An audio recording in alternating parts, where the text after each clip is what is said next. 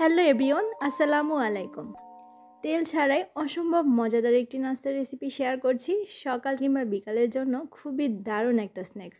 শুধু খেতেই কিন্তু মজার হবে না, এই স্ন্যাক্সটি দারুণ পুষ্টিকর, বিশেষ করে বাচ্চাদের জন্য কিংবা যারা হেলদি খাবার পছন্দ করে। সহজেই কিভাবে ঝটপটে মজাদার রেসিপিটি তৈরি করতে পারবেন চলুন দেখে নেই।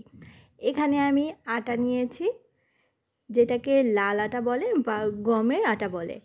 আপনি চাইলে সাদা আটাও নিতে পারেন অথবা ময়দাও নিতে পারেন।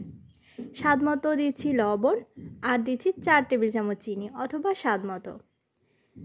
হাফ চা চামচের একটু কম দিচ্ছি বেকিং পাউডার, 1 টেবিল চামচ দিচ্ছি সাদা তিল এবং 2 টেবিল চামচের মতো এখানে বাদাম আছে একটু আধো গুঁড়ো করে নেওয়া।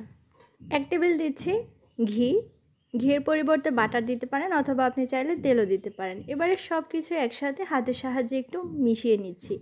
অল্প অল্প করে পানি দিতে হবে, পানির পরিমাণটা কিন্তু একটু বুঝে দিতে হবে, কেননা চিনি থেকে অনেকটাই পানি বের হবে, তাই একবারেই পানি দিয়ে দেওয়া যাবে না।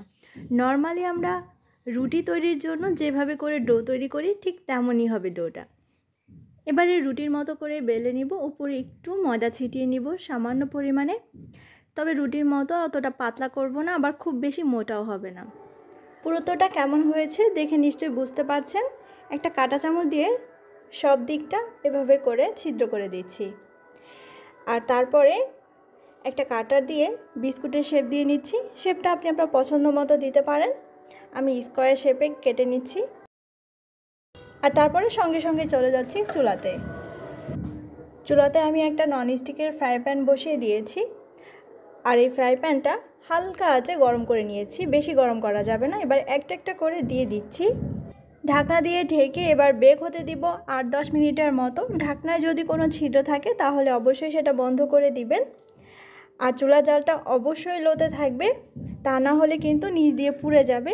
এবার ঢাকনা খুলে 5 মিনিটের মতো এভাবে খোলা রাখতে হবে, আর তারপরে একটা একটা করে উল্টে দিচ্ছি। চুলার জালটা যদি লোতে রাখেন তাহলে কিন্তু পুড়ে যাওয়ার কোনো চান্স থাকবে না। এবারে আর ঢাকনা দিব না, ঢাকনা খোলা রেখে আরও 5-7 মিনিটের মতো এভাবে করে বেক করে নিব। চুলার জাল একটু লোতে রেখে এবং সময় নিয়ে যদি আপনি এই বিস্কুটগুলো তৈরি করেন তাহলে অনেক মুচমুচে হবে। এখানে আপনি আপনার পছন্দ মতো উপকরণ যোগ করে টেস্টে ভেরিয়েশন আনতে পারেন, যেমন আপনি এখানে নারকেল দিতে পারেন, সেটাও কিন্তু খেতে অনেক মজার হবে।